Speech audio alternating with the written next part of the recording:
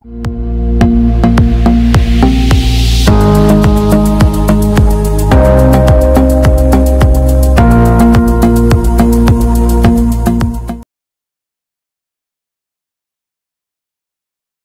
Concept છે એમાં અહીંયા મેઇન બે કન્સેપ્ટ આપણને આપેલા છે. એક છે પરમાણુ ક્રમાંક. પરમાણુ ક્રમાંક જેને આપણે ઝેડ તરીકે દર્શાવીએ છીએ, મતલબ એને કહેવાય છે એટોમિક નંબર. તો આપણે શરૂઆતમાં જે મેં લેક્ચર્સ આપ્યા હતા બે, એની અંદર થોડી ઘણી આની છણાવટ પણ આપણે કરી હતી. પરમાણુ ક્રમાંક શું છે, પરમાણુ ક્રમાંક કોને કહી શકાય? તો પરમાણુ ક્રમાંકને આપણે ઝેડ સંજ્ઞા વડે દર્શાવીએ છીએ. અને પરમાણુ ક્રમાંક એટલે શું? તો કોઈ પણ પરમાણુના કેન્દ્રમાં રહેલા પ્રોટોનની સંખ્યાને તેનો પરમાણુ ક્રમાંક કહે છે. તો સિમ્પલ પહેલો આપણો પોઈન્ટ અહીંયા છે, કોઈ પણ પરમાણુના કેન્દ્રમાં રહેલા પ્રોટોનની સંખ્યાને તેનો પરમાણુ ક્રમાંક કહે છે. જે પરમાણુ ક્રમાંક વિશેની માહિતી મોસ્લી નામના સાયન્ટિસ્ટ આપી હતી, જે આપણે નેક્સ્ટ ચેપ્ટરની અંદર સમજાવશે. હવે અહીંયા કોઈ પણ પરમાણુ જે લીધો છે એ પરમાણુ કેવો હોવો જોઈએ? તો મોટા ભાગે એ પરમાણુ કયા અર્થમાં આપણે દર્શાવીશું? તટસ્થ પરમાણુ. કોઈ પણ એવો તટસ્થ પરમાણુ લઈ લો કે જેની અંદર રહેલા પ્રોટોનની સંખ્યાને જ આપણે એનો પરમાણુ ક્રમાંક કહે છે. સાથે સાથે પરમાણુ જો તટસ્થ હોય તો એમાં ઇલેક્ટ્રોન પણ એટલા જ હોય જેટલા પ્રોટોન હોય, સામે એટલા જ ઇલેક્ટ્રોન હોય. અથવા તટસ્થ પરમાણુના અથવા તટસ્થ પરમાણુમાં રહેલા ઇલેક્ટ્રોનની સંખ્યાને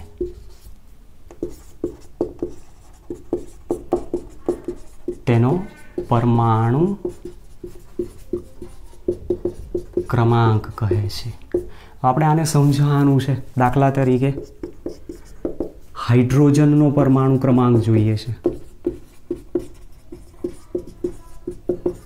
તો હાઇડ્રોજનની અંદર પ્રોટોનની સંખ્યા 1 છે, ન્યુટ્રોનની સંખ્યા ઇલેક્ટ્રોનની સંખ્યા 1 છે.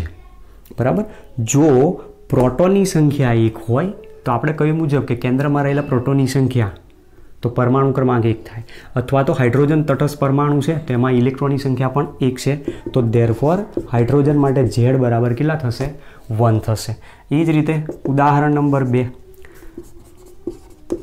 સોડિયમનો પરમાણુ ક્રમાંક. સોડિયમનો પરમાણુ ક્રમાંક દર્શાવો છે.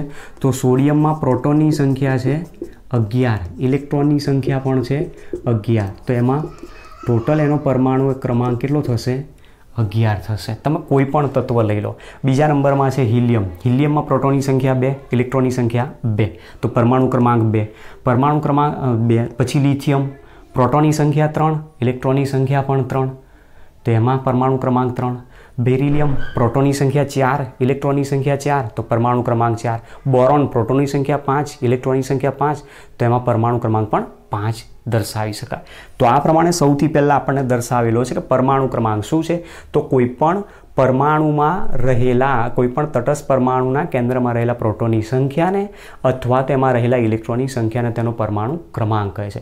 પણ ધારી લો કે આની અંદર મતલબ કે અહીંયા જે સમજાવે છે એ શું કીધું છે આપણને કે Z is equal to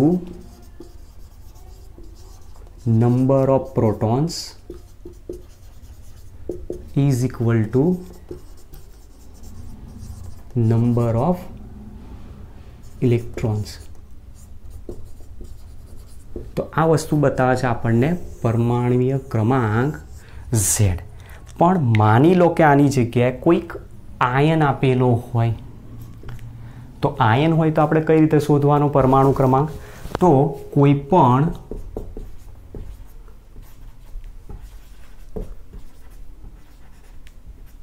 આયનમાં રહેલા પ્રોટોનની સંખ્યાને તેનો પરમાણુ ક્રમાંક કહે છે.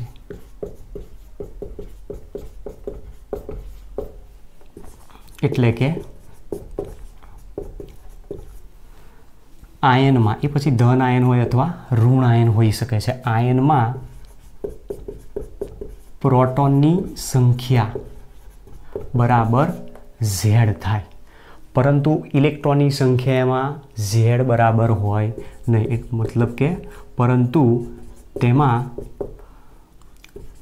પ્રોટોન અને ઇલેક્ટ્રોનની સંખ્યા સમાન હોતી નથી. બરાબર. જ્યારે અહીંયા શું છે, પ્રોટોન ઇલેક્ટ્રોન બંનેની સંખ્યા સમાન છે, જ્યારે અહીંયા પ્રોટોન અને ઇલેક્ટ્રોનની સંખ્યા સમાન રહેતી નથી. Therefore Z is equal to number of proton is not equal to number of electrons તરીકે હું દર્શાવી શકું. મતલબ ઇલેક્ટ્રોનની સંખ્યા ઉપરથી તમે આની પરમાણુ ક્રમાંક નક્કી કરી શકતા નથી. દાખલા તરીકે ઉદાહરણ સમજવું છે. દાખલા તરીકે Na+ આયનનો પરમાણુ ક્રમાંક. હવે Na+ આયનનો પરમાણુ ક્રમાંક જો શોધવો હોય તો Na+ આયનમાં પ્રોટોનની સંખ્યા 11 છે. સામે તમે ઇલેક્ટ્રોનની સંખ્યા જુઓ. હવે ઇલેક્ટ્રોનની સંખ્યામાં શું થશે, સોડિયમ તટસ્થ પરમાણુ જ્યારે હોય અને જો એને ઉર્જા આપવામાં આવે તો એ એની બાહ્ય કક્ષામાં રહેલો એક ઇલેક્ટ્રોન ગુમાવી દે છે. સોડિયમ તટસ્થ પરમાણુ હતો તો એની અંદર પ્રોટોન અને ઇલેક્ટ્રોન બંને કેટલા, 11. હવે એમાંથી એક ઇલેક્ટ્રોન તમે ઓછો કરી નાખે તો ઇલેક્ટ્રોન કેટલા થઈ જશે, ટોટલ Na+ આયનમાં 10 ઇલેક્ટ્રોન થઈ જાય. તો શરૂઆતમાં હતા એની પાસે 11 ઇલેક્ટ્રોન, એક ઇલેક્ટ્રોન ગુમાવીને Na+ આયનમાં પરિવર્તિત થઈ ગયો, મતલબ એની અંદર 10 ઇલેક્ટ્રોન રહ્યા. તો આની અંદર તમે જુઓ પ્રોટોનની સંખ્યા 11 હશે, ઇલેક્ટ્રોનની સંખ્યા 11, કારણ કે તટસ્થ છે અહીંયા. પણ જ્યારે એ પરમાણુ આયનમાં પરિવર્તિત થઈ જાય ત્યારે એમાં પ્રોટોન નથી બદલાતા, માત્ર કોણ બદલાય છે, ઇલેક્ટ્રોન બદલાય. તો ઇલેક્ટ્રોનની સંખ્યા અહીંયા સમાન હોતી નથી, જેના કારણે અહીંયા કહી શકીએ કે ઇલેક્ટ્રોનની સંખ્યા કેટલી છે, ખાલી 10 છે. અને therefore Z of Na+ ion, મતલબ Na+ આયનનો પરમાણુ ક્રમાંક કેટલો થવો જોઈએ, 11. તો પરમાણુ ક્રમાંક અહીંયા બદલાતો નથી, ઇલેક્ટ્રોનની સંખ્યા બદલાઈ શકે છે. તમે કોઈ ઋણ આયન પણ લઈ શકો છો. દાખલા તરીકે ઉદાહરણ નંબર 2, O-2 આયન નો પરમાણુ ક્રમાંક. હવે અહીંયા ઓક્સિજન આપેલું છે, તટસ્થ પરમાણુ. ઓક્સિજન તટસ્થ પરમાણુ હોય તો પ્રોટોન અથવા ઇલેક્ટ્રોનની સંખ્યા કેટલી આવે, 8 આવશે. ઓક્સિજનની બાહ્ય કક્ષામાં અષ્ટક પૂર્ણ કરવા 2 ઇલેક્ટ્રોનની જરૂર છે, તો 2 ઇલેક્ટ્રોન મેળવીને O-2 આયનમાં પરિવર્તિત થઈ જાય. તો હવે શરૂઆતમાં ઇલેક્ટ્રોન એની પાસે 8 હતા, 2 ઇલેક્ટ્રોન મેળવ્યા અને એ પોતે શું કરી નાખ્યા, 10 ઇલેક્ટ્રોન થઈ જાય. હવે 10 ઇલેક્ટ્રોન જો થઈ જાય તો નંબર ઓફ ઇલેક્ટ્રોન્સ ઇક્વલ રહેતા નથી. પણ પરમાણુ ક્રમાંકમાં અહીંયા કોઈ પ્રોટોનની સંખ્યામાં કોઈ ફેરફાર થતો નથી, અને એટલા માટે Z of O-2 ion is equal to કેટલા આવશે, અહીંયા પણ 8 થશે. તો કોઈ પણ આયન જ્યારે આપેલો હોય ત્યારે આયનની અંદર એના કેન્દ્રમાં રહેલા પ્રોટોનની સંખ્યા જેનો પરમાણુ ક્રમાંક દર્શાવે છે, ઇલેક્ટ્રોનની સંખ્યા દ્વારા આપણે દર્શાવી શકાતા નથી. પણ જ્યારે તટસ્થ પરમાણુ જો આપેલો હોય તો એના કેન્દ્રમાં રહેલા પ્રોટોન અને ઇલેક્ટ્રોન બંનેની સંખ્યા પરથી તમે પરમાણુ ક્રમાંક દર્શાવી શકો છો. તો આ પહેલો પોઈન્ટ આપ્યો છે આપણને પરમાણુ ક્રમાંક વિશે. ચલો નેક્સ્ટ બીજો પોઈન્ટ છે પરમાણુ દળાંક, જેને માટે શબ્દ આપણે પરમાણુ દળાંક અથવા તો દળ ક્રમાંક અથવા પરમાણુ ભાર પણ જેને કહી શકીએ છીએ.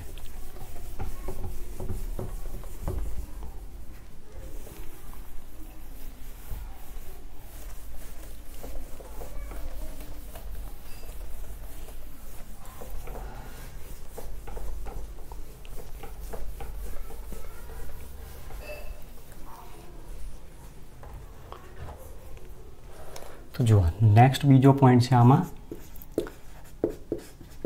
પરમાણુ દળાંક અથવા પરમાણુ ભારાંક અથવા દળ ક્રમાંક જેને કહેવાય અને જેને કેપિટલ E વડે આપણે દર્શાવતા હોઈએ છીએ.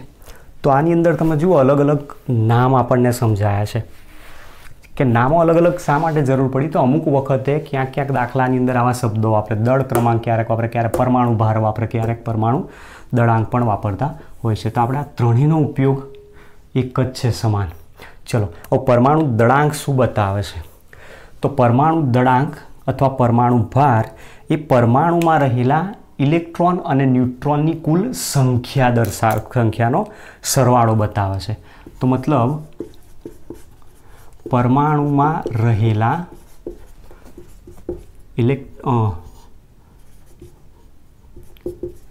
પ્રોટોન અને ન્યુટ્રોનની કુલ સંખ્યાને, અથવા તો પછી પ્રોટોન અને ન્યુટ્રોન બંનેના દળને પણ શબ્દ વાપરી શકીએ. અહીંયા દળ શબ્દ વાપર્યો છે, ભાર શબ્દ વાપરેલો છે.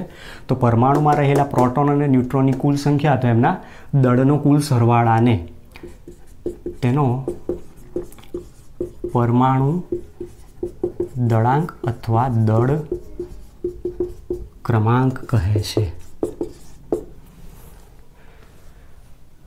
ચલો તો આ એની ડેફિનેશન આપણને અહીંયાથી મળી ગઈ, જેને આપણે એ તરીકે દર્શાવીએ છીએ.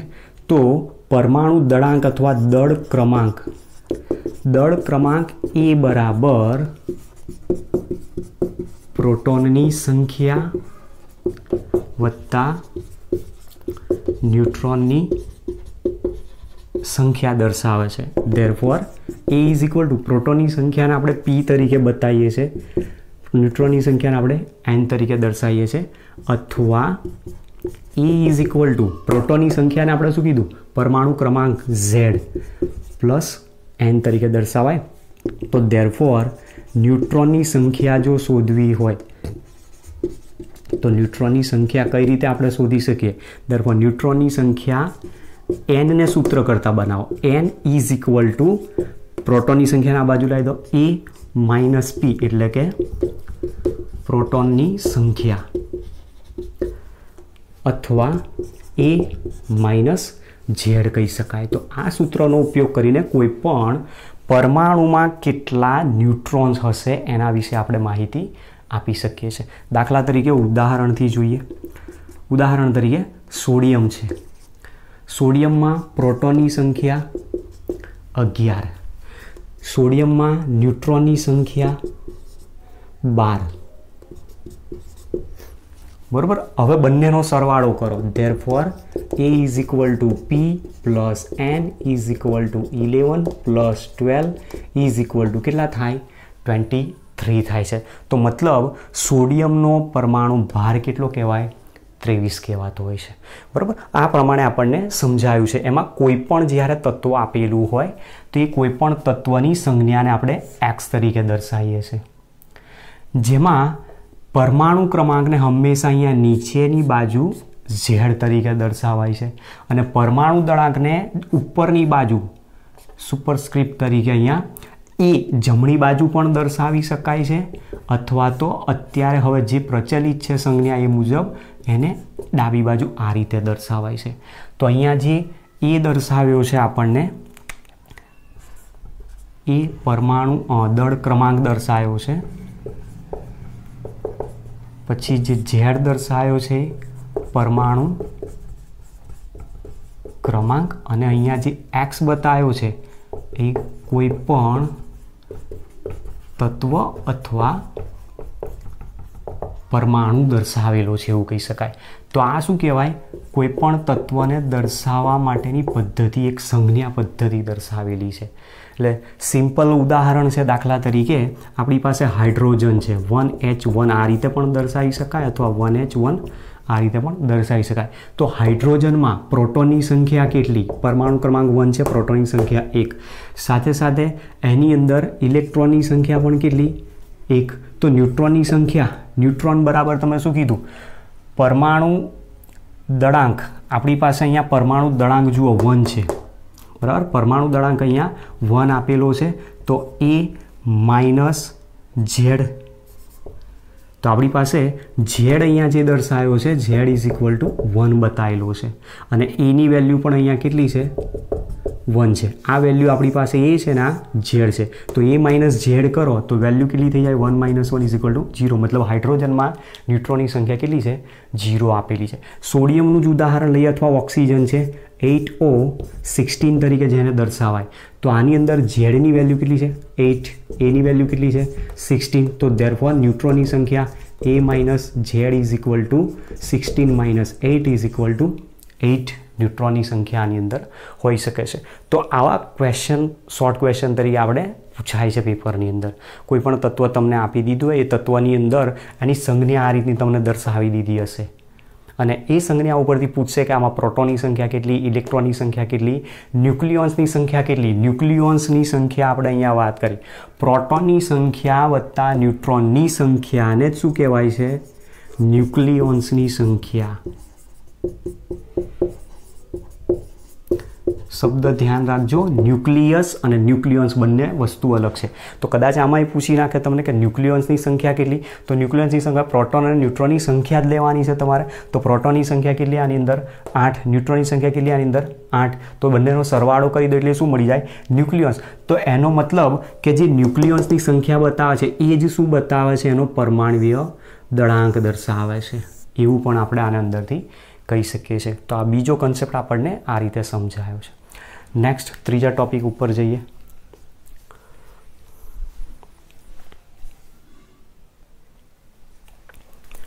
ચલો, તો ત્રીજો પોઈન્ટ છે આપણો નેક્સ્ટ આગળ આઇસોટોપ્સ,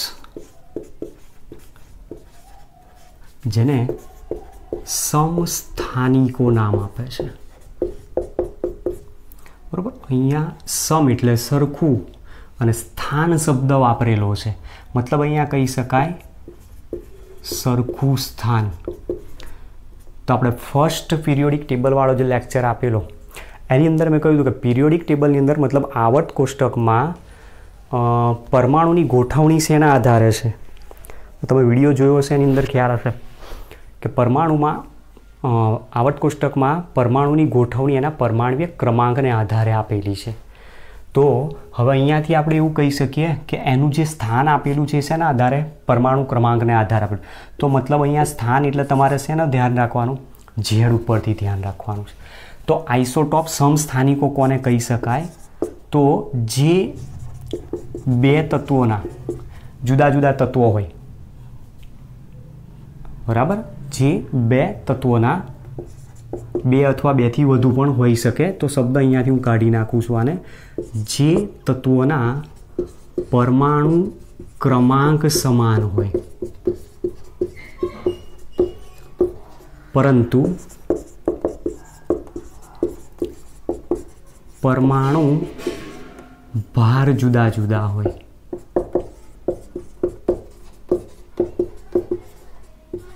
તેઓને એકબીજાના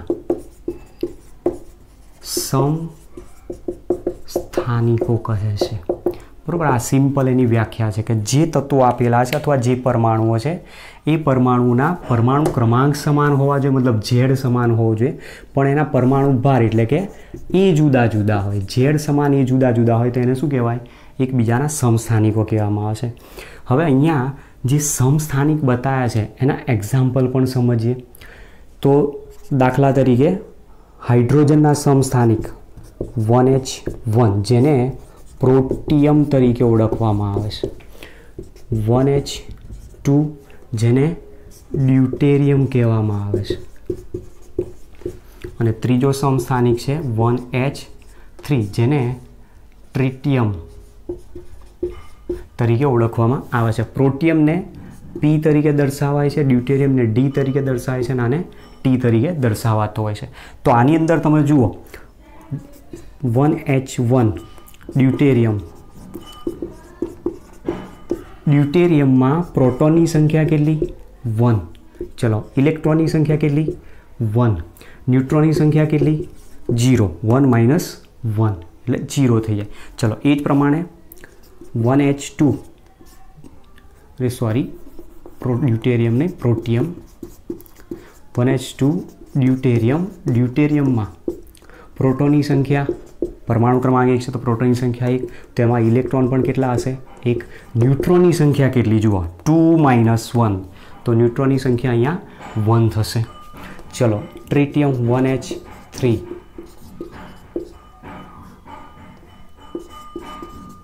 તો ટ્રિટિયમમાં પ્રોટોનની સંખ્યા પરમાણુ ક્રમાંક 1, પ્રોટોનની સંખ્યા 1, ઇલેક્ટ્રોનની સંખ્યા 1, ન્યુટ્રોનની સંખ્યા A-Z 3 - 1 એટલે કે 2 થશે. તો આની અંદરથી જો એક વસ્તુ તમને ખબર પડી જાય, ન્યુટ્રોનની સંખ્યા જુદી જુદી છે. તો એક સિમ્પલ એક્ઝામ્પલ પરથી કેટલાક મુદ્દામાં સમજાવું છું. હવે આમાં બીજા એક્ઝામ્પલ જો જોઈતા હોય તો બીજા એક્ઝામ્પલની અંદર 6C12, 6C13, 6C14 કાર્બનના 3 સમસ્થાનિક જેના પરમાણુ ક્રમાંક સમાન છે પણ પરમાણુ દળાંક 12, 13, 14 અલગ અલગ છે. પછી બીજું ઉદાહરણ છે 8O16, 8O17 એક ઉદાહરણ છે. પછી યુરેનિયમ 92, યુરેનિયમ 232, 92 યુરેનિયમ 234, 92 યુરેનિયમ 238. આ પણ શું આપેલા છે? એક પ્રકારના સમસ્થાનિકો આપેલા છે. તો આ 3 સમસ્થાનિકો આના, આ 2 સમસ્થાનિક આના છે, આ 3 સમસ્થાનિકો યુરેનિયમના દર્શાવેલા છે. તો સમસ્થાનિકોની અંદર આપણને એક વસ્તુ જોવા મળી શકે કે સમસ્થાનિકોમાં સમાન શું હોય છે? તો એક પરમાણુ ક્રમાંક સમાન છે, બરાબર. બીજા નંબરમાં આપણે કીધું પ્રોટોનની સંખ્યા Z સમાન હોય, પ્રોટોનની સંખ્યા P સમાન હોય, ઇલેક્ટ્રોનની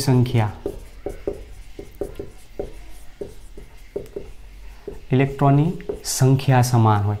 સાથે સાથે જેનો પરમાણુ ક્રમાંક સમાન હોય એનું આવર્ત કોષ્ટકમાં સ્થાન પણ સમાન હોય. આવર્ત કોષ્ટકમાં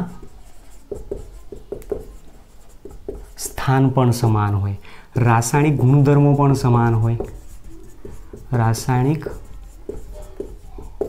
ગુણધર્મો પણ આની અંદર સમાન જ જોવા મળી શકે છે. મતલબ અહીંયા શું કહેવા માંગે છે?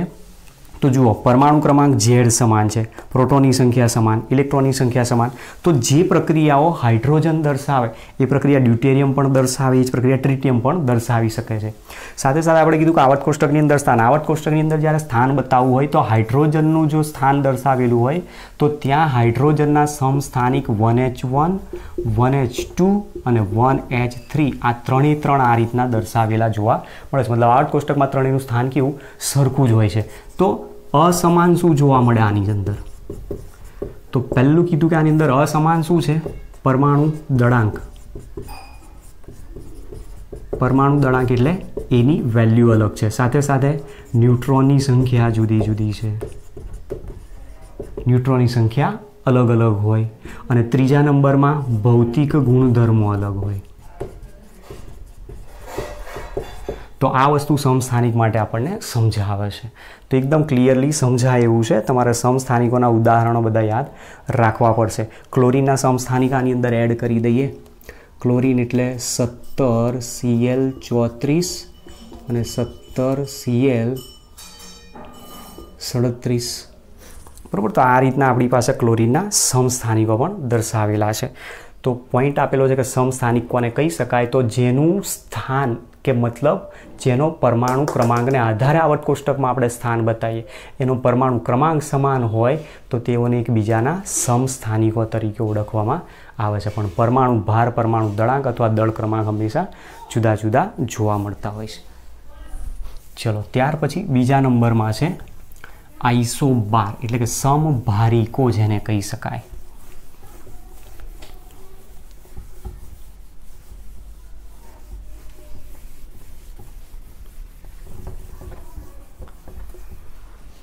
સમભારિકો, આઇસોબાર જેને નામ આપ્યું છે, આઇસોબાર્સ. સમભારિકો. હવે અહીંયા એક શબ્દથી તો આપણે પરિચિત છીએ. અહીંયા ભાર શબ્દ વાપરેલો છે. ભાર એટલે દળની અહીંયા વાત કરી. દળ એટલે કોની વાત કરે છે? પરમાણુ દળની વાત કરી. તો તો જે તત્વોના પરમાણુ દળાંક સમાન હોય પરંતુ પરમાણુ ક્રમાંક જુદા જુદા હોય તેઓને એકબીજાના સમભારિકો કહે છે। તો સિમ્પલ લોજિક છે આની અંદર, પરમાણુ દળાંક સમાન છે પણ પરમાણુ ક્રમાંક કેવો છે, જુદો જુદો છે। મતલબ અહીંયા આપણી પાસે જે બતાવ્યું છે મુજબ કે આઇસોબારની અંદર પરમાણુ દળાંક સમાન હોવો જોઈએ, પરમાણુ ક્રમાંક ગમે તે હોય પછી એવા તત્વોની વાત કરેલી છે। દાખલા તરીકે આપણી પાસે એક ઉદાહરણ છે 6C14 અને 7N14। તો બંનેમાં તમે જુઓ, આની અંદર કાર્બનમાં Z6 છે, આની અંદર Z7 છે, પણ બંનેમાં તમે જુઓ અહીંયા એની વેલ્યુ બંનેમાં કેવી છે, સરખી। તો જેના પરમાણુ ભાર સમાન હોય પણ પરમાણુ ક્રમાંક જુદા જુદા એને એકબીજાના સમભારિકો કહેવામાં। બીજું ઉદાહરણ એ જ રીતે 18 આર્ગોન 40, 19 પોટેશિયમ 40, 20 કેલ્શિયમ 40। તો આમાં પણ તમે જુઓ Z18, પોટેશિયમમાં Z19, કેલ્શિયમમાં Z20, પણ ત્રણે ત્રણની અંદર પરમાણુય દળાંક એની વેલ્યુ કેવી છે, 40 છે। અને એટલા માટે આ બધા શું કહેવાય, એકબીજાના સમભારીય કહી શકાય। હવે એના આધારે તમે જુઓ ન્યુટ્રોન, પ્રોટોન અને ઇલેક્ટ્રોનની જો વાત કરીએ તો જેવી વસ્તુ અહીંયા બતાવી છે એ જ વસ્તુ આની અંદર પણ આપણે સમજાવી શકીએ કે સમાન શું હશે અને અસમાન શું જોવા મળી શકે છે। તો પહેલાં આની અંદર તમે જુઓ 6C14, તો આમાં Z6 કીધો, પ્રોટોનની સંખ્યા 6, ઇલેક્ટ્રોનની સંખ્યા 6, ન્યુટ્રોનની સંખ્યા 14 - 6 એટલે 8 થશે।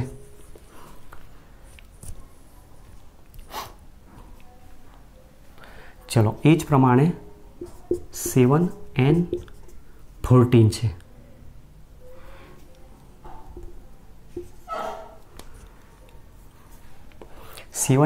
ની અંદર Z બરાબર 7, પ્રોટોનની સંખ્યા 7, ઇલેક્ટ્રોનની સંખ્યા 7, Z = 14 - 7 = 7। તો આમાં જો ન્યુટ્રોનની સંખ્યા કેવી છે, અલગ દર્શાવેલી છે।